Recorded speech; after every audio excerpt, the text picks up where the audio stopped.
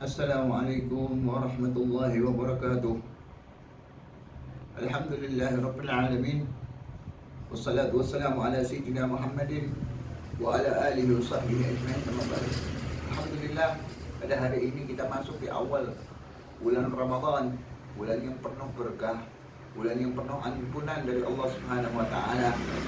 Ketahuilah yang wajib atas kita di dalam bulan puasa ini yakni mengerti tata cara puasa dengan benar sesuai syariat Rasulullah SAW, sesuai yang diajarkan oleh Rasulullah SAW. Mengerti gimana kita menjalankan puasa ini supaya puasa ini benar-benar diterima oleh Allah Subhanahu wa taala, yang mana apabila puasa kita diterima, ini adalah satu jalan untuk mendapatkan ridhonya Allah Subhanahu wa taala. Di antaranya kita harus mengerti gimana kewajiban-kewajiban kita ketika puasa,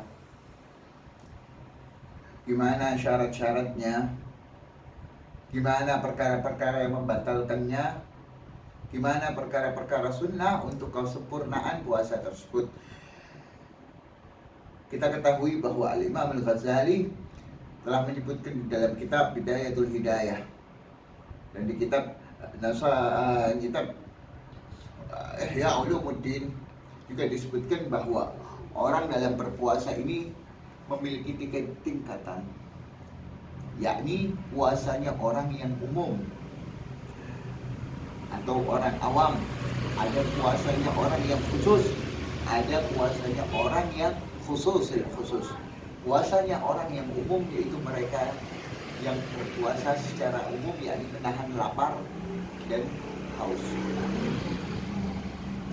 Amma puasanya tingkatan yang kedua yaitu puasanya orang-orang yang khusus, yakni mereka dalam berpuasa menjaga diri dari yang lapar, menahan diri dari lapar dan minum, dan juga mereka menahan diri dari perbuatan maksiat.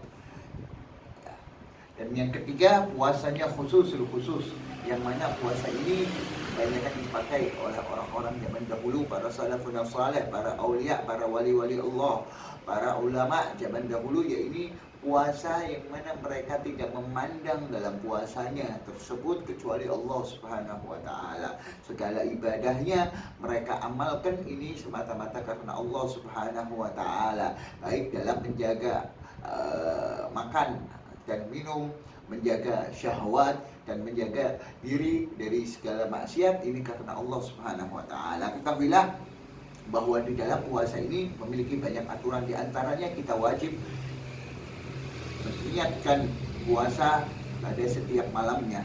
Jangan sampai lupa. Karena kalau kita lupa niat, ini kita, kalau bahasanya, kita rugi 2 kali. Dalam arti rugi di sini, kita tetap wajib untuk mengikuti puasa seperti biasa, yakni tidak makan, tidak boleh minum dalam hari itu, dan kita juga wajib untuk menggodoknya nanti. Ya, kalau kata orang awam ini rugi 2 kali.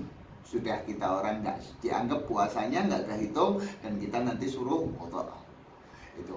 Jadi jangan lupa, kita orang ini harus niat setiap malamnya. Ya, setiap malam.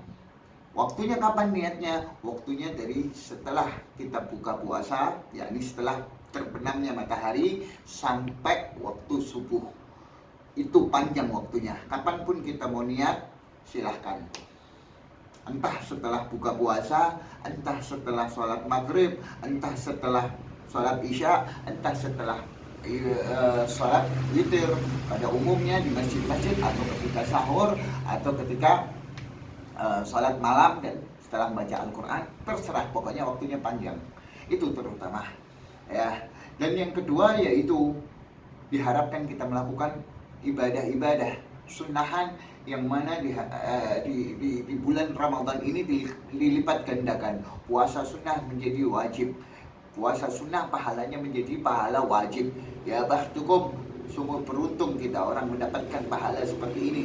Bayangkan puasa kita hukumnya amalan-amalan sunnah dalam puasa ini, ya seperti kita bersedekah, seperti kita membaca Al-Quran, seperti kita melakukan sunnah-sunnah yang lain, menggunakan siwak, dan lain-lainnya, ini hukumnya sunnah menjadi pahala yang wajib. Pahalanya sama seperti pahala wajib. Masya Allah, ini suatu keberkahan, ghanimah, rampasan bagi kita semuanya. Rampasan kebaikan, yakni untuk mengumpulkan kebaikan untuk bekal kita nanti di akhirat. Dan ketahuilah di antara sunnah-sunnah puasa yakni memperbanyak qiraatul Quran, memperbanyak membaca Al-Quran, memperbanyak membaca Al-Quran. Ini bulan-bulannya Al-Quran, dilipat gandakan orang yang membaca Al-Quran. Ketahuilah Sayyidina Ali karramallahu wajhah pernah berkata bahwa orang yang membaca Al-Quran dalam satu huruf, baik dia dalam keadaan tidak memegang wudu, membaca Al-Quran asal tidak junub atau tidak lagi haid dan nifas, dia tidak dalam keadaan wudu, dia membaca Al-Quran, maka pahalanya 10, satu huruf.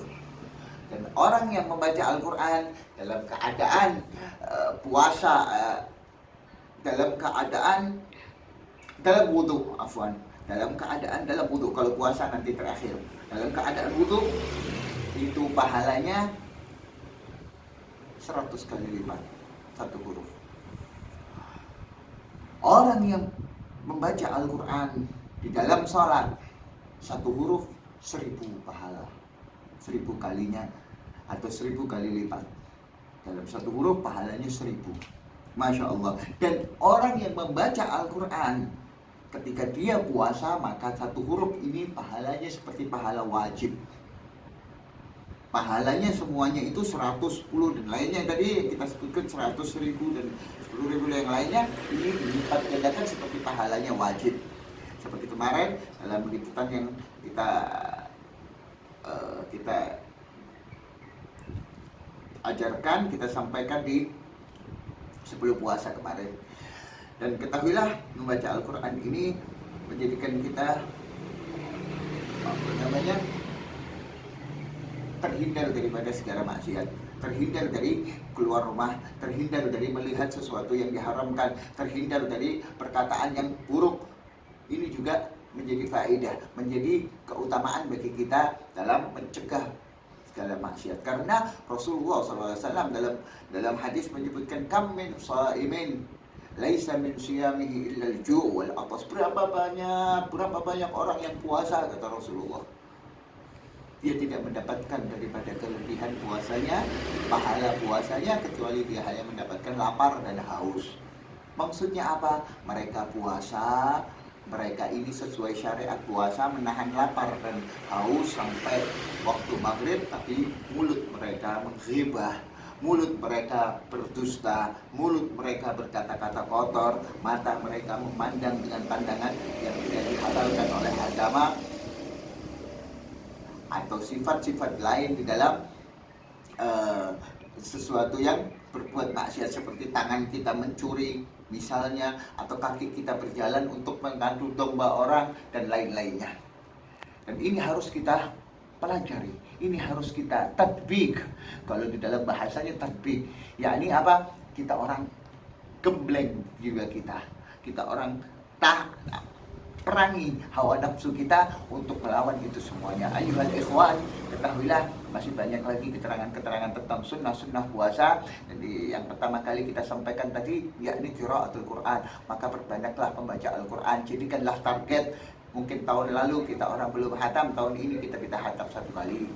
Gak apa-apa, 1 kali, berarti 1 hari 1 juz. Oh, tahun lalu kita udah hatam 1 kali, mau 2 kali, berarti sehari 2 juz. Oh, kemarin sudah 2 juz, jadi 2 kali hatam. Tahun ini kalau bisa 3 kali hatam, sehari 3 juz. Seperti itu, ayuhal ikhwan, supaya kita mendapatkan kedekatan diri kepada Allah Subhanahu wa taala. Wa hadza wal afu minkum. Insyaallah kita lanjutkan lagi di pertemuan yang akan datang, membahas tentang apa-apa yang perlu kita amalkan di dalam bulan puasa ini. Di antaranya daripada kesunahan-kesunahan seperti salat tarawih, tata caranya, salat witir, dan kesunahan ketika berbuka puasa dan ketika sahur. Hadza wal afu minkum.